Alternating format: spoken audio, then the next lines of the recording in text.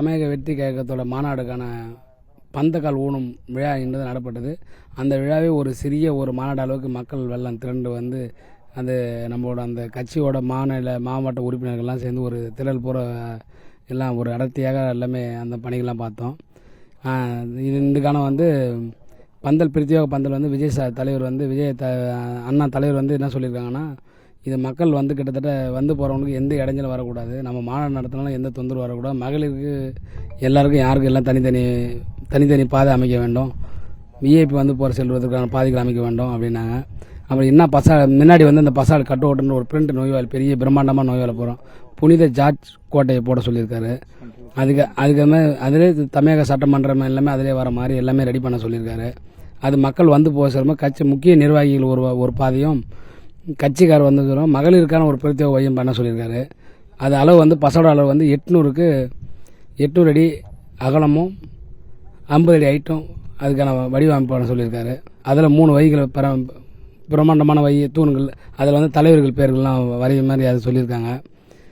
அப்புறம் வந்து நமக்கு இங்கேருந்து 1500 அடிக்கு நமக்கு வந்து பந்தலோட வந்து லெஃப்ட் ரைட் வந்து பெரிய காம்பவுண்டு செவர் வைக்கிறோம்.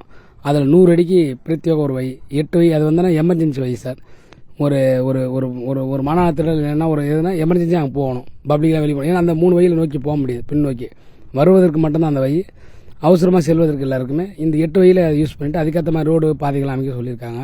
அது ஸ்டேஜ் வந்து ஃப்ரண்டில் வந்து 60க்கு 160 அடி ஸ்டேஜ் போட சொல்லியிருக்காரு, கட்சி முக்கிய நிர்வாகிகளாக உட்கார மாதிரி. அதுக்கப்புறம் ஆடியா லைட்டு ஜென்ரேட்டு அண்ணன் மெயினாக ஆம்புலன்ஸ் வசதி பண்ண சொல்லியிருக்காங்க, தீயணைப்பு வசதி பண்ண சொல்லியிருக்காரு தலைவர் வந்து. அது தவிர வந்து பாத்ரூம் மகளிருக்கு தனித்தனி பிரத்யேக பாத்ரூம் ரெடி பண்ண சொல்லியிருக்காரு. அதேமாதிரி எல்இடி திரி வந்து ஏன்னா எல்லா மக்கள் வந்து எல்இடி திரியில் தான் பார்க்க முடியும், கிட்டத்தட்ட 1500 அடி இருக்கும்போது எல்இடி ஏவி ஸ்கிரீன் வந்து அதிகப்படுத்த சொல்லியிருக்காரு.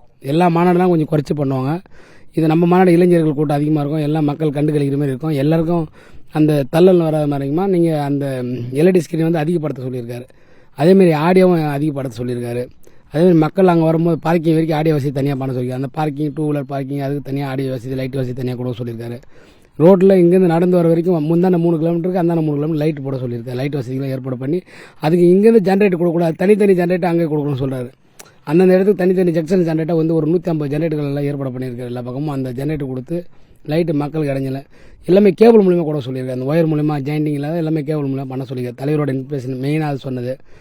அப்புறம் இந்த ஒரு கிணறு ஒன்று வருது, அது மெயினாக வந்து தலைவர் வந்து அவர் வந்து இப்போ பயங்கரமாக கவனம் எடுத்திருக்காரு. 6 கிணறு வந்து ஒரு கிணறு மாநாடு திடலுக்குள்ள வருது, மீதிலாம் வந்து வெளி பார்க்கிங் வருது, அதுக்கும் மூடினுட்டாரு. அதுக்கு வந்து என்ன பண்ணுறேன், இதுக்கு எல்லாமே இரும்பு தூண் வச்சு தான் போடணும், நான் மரக்கட்டையில் வச்சு மூடி தரணும், இல்லை தலைவர் அதெல்லாம் சேஃப்டிக்கு வராதுன்னு இரும்பு தூண் வச்சு பக்காவே மூட சொல்லியிருக்காரு. நம்ம பில்டிங் காங்கிரீட் போடுமே மூடியும் அதுக்கு மேலே ஃபுல்லாக 4 அடி மட்டும் சுற்று சவர் அதையும் மூடி தன்னால் செக்யூரிட்டி போலீஸ் பாதுகாப்பு எல்லாமே அதை போட்டு ரெடி பண்ணுறாரு. அதனால் அவர் ரயில்வே ட்ராக்லேருந்து நம்ம 300 அடி கேப் போட்டிருக்கோம் சார். 300 அடி வந்து கேப் போட்டுருவோம், 300 அடி கேப் போட்டு தான் நம்ம இது ஆரம்பிக்கிறோம். அங்கே ரயில்வே ஒட்டி ஒரு பவுண்டரி அடிக்க சொல்லியிருக்காரு, அதுக்கப்புறம் ஒரு தடுப்பு வழியாக சொல்லியிருக்காரு. அந்த ரயில்வே எங்கே நம்ம மாநாடு முடியுது அதுலேருந்து 200 அடிக்கு இப்படி எந்த லெஃப்ட்டும் ரைட்டு 200 அடிக்கு தகரங்கள் அடிக்க சொல்லியிருக்காரு. அதுக்கான பணிகள் நடந்துட்டு இருக்கு. இந்த மாநாடோட எல்லாமே ஒவ்வொரு நாளும் தலைவர் கேட்பார், என்ன பண்ணுறீங்க எது பண்ணுறீங்க எப்படி சேஃப்டிக்கு. அவர் ஒவ்வொரு நாள் கேட்கும்போது மக்களுக்கு சேஃப்டியாக பண்ணணும், மக்களுக்கு சேஃப்டியாக பண்ணணும் தலைவர் விஜய் அண்ணா அவர் எல்லாமே அவர் அதுதான் பேசுவார். என்ன வேணாமல் மக்கள் பற்றி தான் அவருக்கு ஒரே சிந்தனை. இந்த மாநாடு ஒரு விழாவாக இருந்தாலும் மக்களுக்கு வந்து சேஃப்டியாக வந்து போகணுன்றது அவரோட எண்ணங்கள் எல்லாமே. அதுக்கேற்ற மாதிரி பிரத்யேகமாக பண்ண சொல்லியிருக்காரு. எல்லாம் குடிநீர் வசதி தேவையான வசதி அனைத்து வசதி பண்ணி தர சொல்லியிருக்காங்க. அண்ணன் காணொலி மூலிமா அது பந்தக்கால் நடத்த பார்த்தாரு. ஏன்னா அங்கே இருக்கா நம்ம ஆர்டர் மூணு பண்ணி காணொலி மூலிமா அண்ணன் பார்த்துட்டாங்க. அது ஒன்று இது நடந்துட்டு இருக்குன்னா அவர் பொதுச் செயலர் புஷி ஆனந்த் வந்த அப்படி அதை வச்சு அவர் பூஜை போட்டு ரெடி பண்ணி பிரமாதமாக வந்திருக்குன்னு சொன்ன அப்படி எல்லாத்தையும். செய்திகளை உடனுக்குடனும் துல்லியமாகவும் தெரிந்து கொள்ள சப்ஸ்கிரைப் பண்ணுங்க.